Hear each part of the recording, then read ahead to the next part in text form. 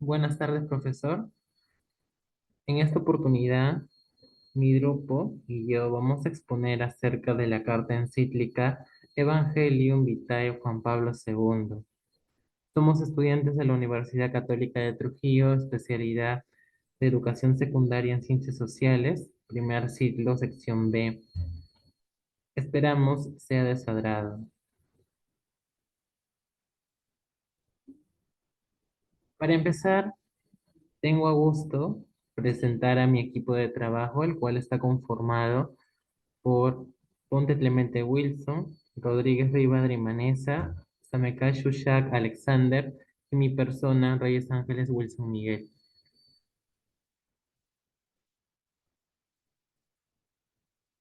A continuación voy a precisar los contenidos que serán expuestos en la siguiente presentación.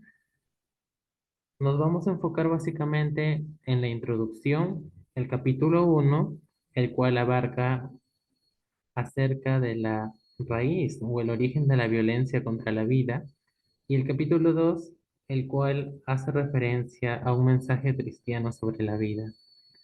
A continuación, vamos a dar inicio a la exposición con la parte introductoria, la cual está a cargo de mi compañera, a la que doy paso a continuación.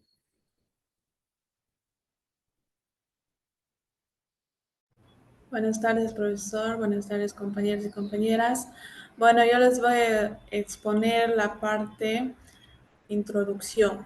Ya, el Evangelio de la vida está en el centro del mensaje de Jesús.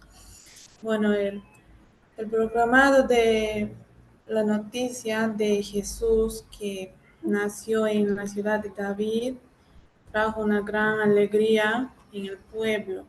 Y bueno, Jesús dice a todos los seres humanos que yo he venido para que tengan vida y tengan abundancia. Bueno, se refiere a vida nueva y eterna y estar en comunión con Dios. La siguiente, por favor.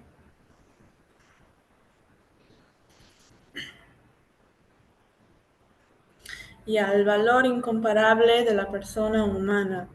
El hombre está llamado en su existencia terrena, así tanto mismo con Dios, que Dios ha sido tan bueno y tan poderoso que ha dado a su Hijo plenigénito para que así de esa manera todos creamos y tengamos vida eterna.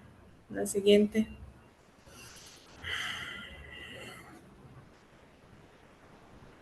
Nuevas amenazas a la vida humana. Bueno, Dios promete anunciar al Evangelio a todo el mundo y a cada criatura las amenazas que en la tierra van a venir, por ejemplo, las plagas, el hambre, las enfermedades, las violencias, las guerras, entre otras. La siguiente. Y en comunión con todos los obispos del mundo. Bueno, se celebró en Roma del 4 al 7 de abril de 1991. Bueno, fue dedicado a todos los problemas o amenazas o circunstancias que sufrieron en la tierra los seres humanos en esos tiempos. Bueno, doy paso a mi siguiente compañero.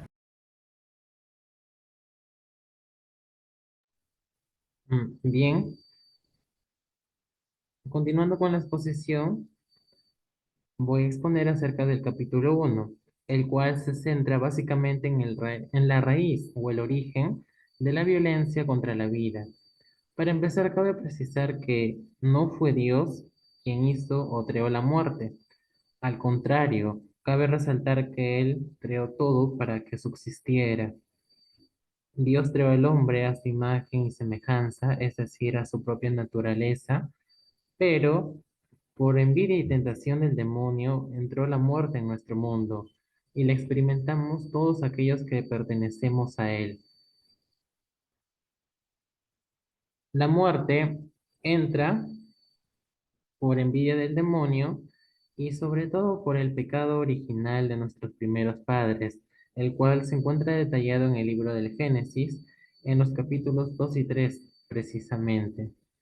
Pero Es necesario mencionar que entra de un modo violento a través de la muerte de Abel, causada por su hermano Caín, la cual es una historia muy conmovedora y voy a narrarla a continuación. Historia de Caín y Abel. Se dice que Abel era un pastor de ovejas, mientras que Caín era labrador, es decir, se dedicaba a la agricultura. Pasó un tiempo y Caín hizo al Señor una oblación de los frutos del suelo, es decir, le presentó su producción. Abel, por su parte, hizo lo mismo, pero no con frutos, sino con los primogénitos de su rebaño.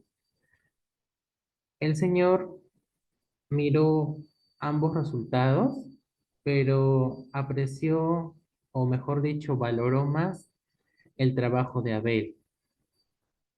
Esta decisión por parte del Señor originó en Caín cierto resentimiento hacia su propio hermano, cierta ira, cierta envidia, codicia.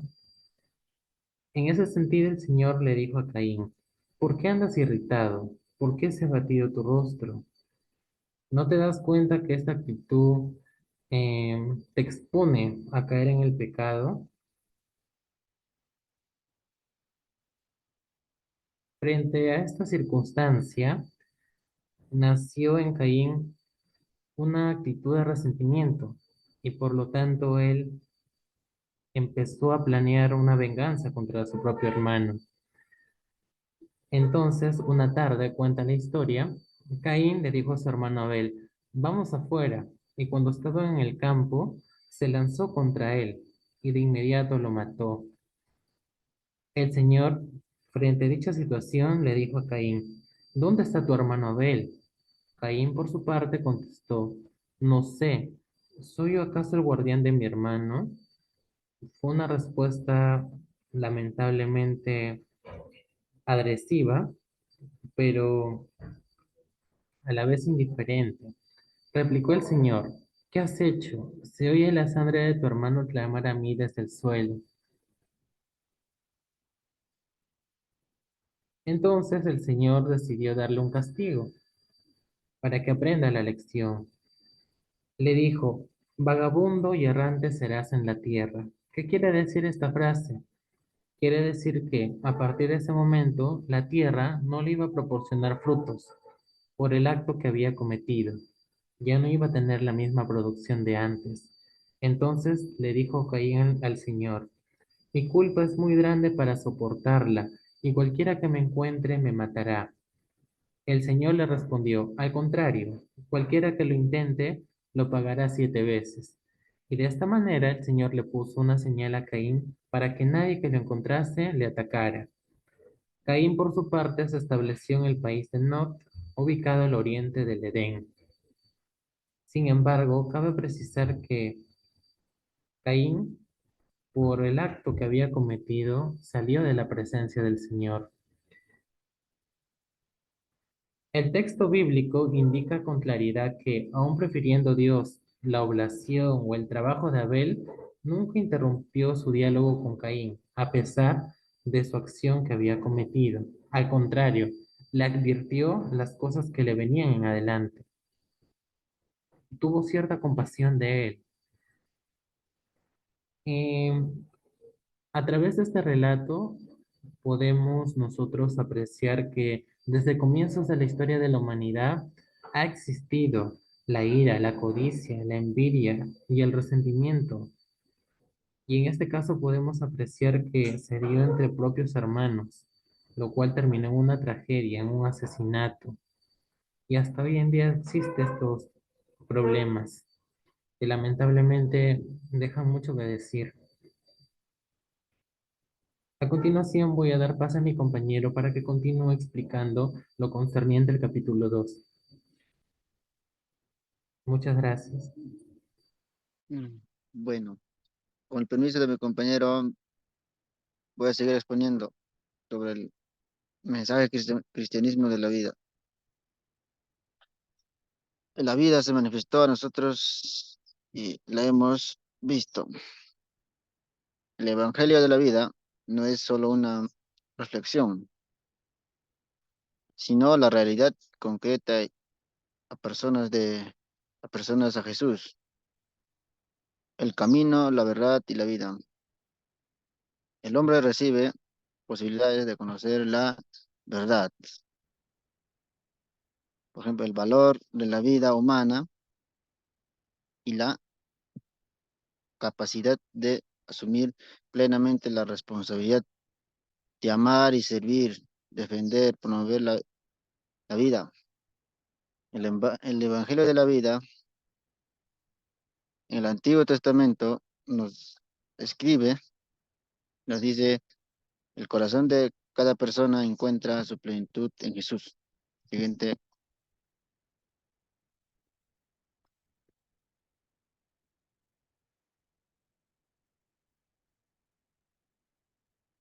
Habla del siervo Israel, ¿no? Mi fortaleza y mi canción es el Señor y Él es mi salvación.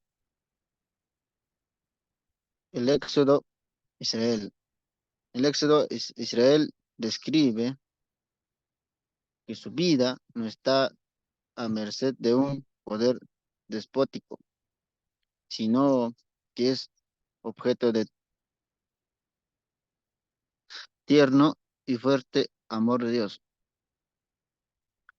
La experiencia del Éxodo, la experiencia del Éxodo es original y ejemplar. Israel aprende de ella. Cada vez es amenazado. Solo tiene que acudir a Dios. De ese modo, mientras Israel reconoce el valor de su propia existencia como pueblo, amenaza también la recepción del sentido y valor de la vida como tal. Siguiente, por favor. El hombre de Jesús ha restablecido a este hombre. En la Biblia de Hechos 16, Hechos 3, 16 nos dice, ¿no? Jesús anuncia a los pobres y marginados que sus vidas también son bien, pues el amor de Padre les da sentido propio, un gran valor. En la vida misma de Jesús, el principio al fin, da esta singular didáctica entre la experiencia y la precariedad de la vida humana y la afirmación de su valor. La Iglesia, desde sus inicios, anuncia a Jesús como aquel que curó a los oprimidos, llevando un mensaje de salvación y las situaciones de pobreza. Jesús asume plenamente las contrataciones y riesgos de la vida hasta la cruz, donde revela la grandeza y valor de la vida. Siguiente, por favor. Llamados a reproducir la imagen de su Hijo, la vida es un bien porque el hombre creado a imagen y semejanza de Dios, manifestación de la pobreza, manifestación de la presencia y gloria de Dios es el mundo.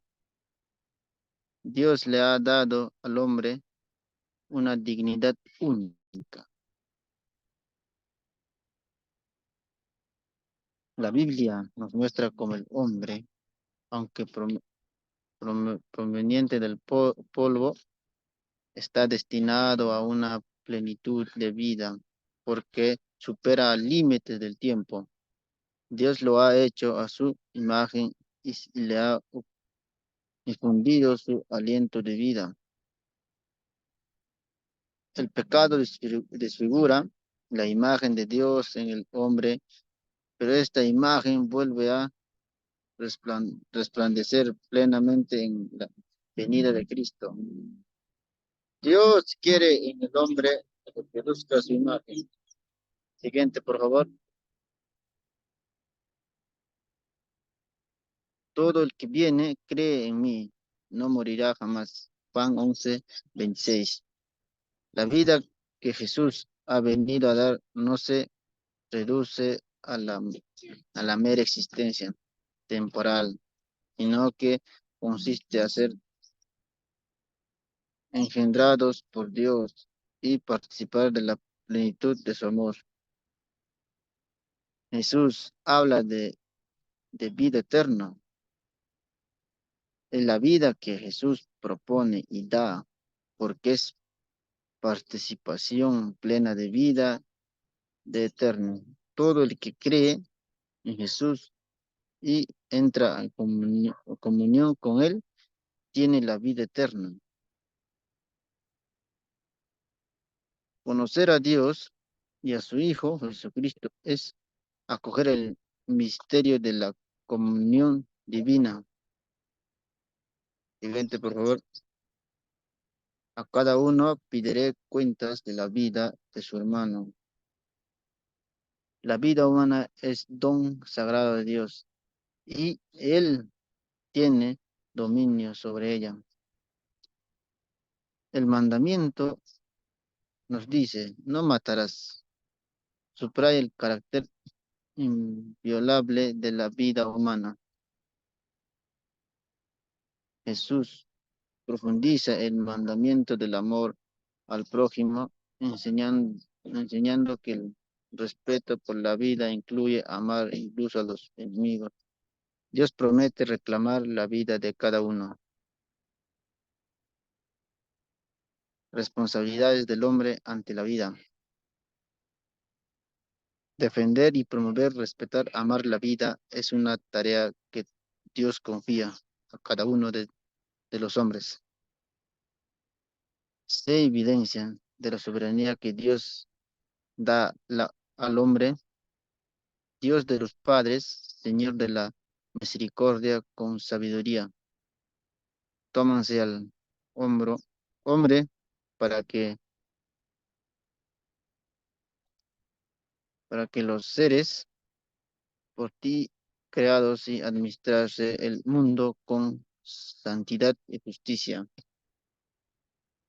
He manifestado también el don de la vida mediante la creación por parte del hombre y la mujer en el matrimonio. Siguiente, por favor. Todos los que guardan la ley alcanzarán la vida. La verdad de la vida es revelada por el mandamiento de Dios. La palabra del Señor indica que debemos seguir la vida para poder respetar su propia verdad y salvaguardar su propia dignidad. Los mandamientos del Señor nos dice, si amas al Señor tu Dios, si sigues sus caminos y guardas sus mandamientos y nomás vivirás y te multiplicarás. El Señor tu Dios te bendecirá en la tierra al que vas a entrar para tomarla en posesión. Siguiente, por favor. Muchas gracias, compañeros, por poder exponer y también que sea muy agrado al profesor y muchas gracias. Hasta otra oportunidad.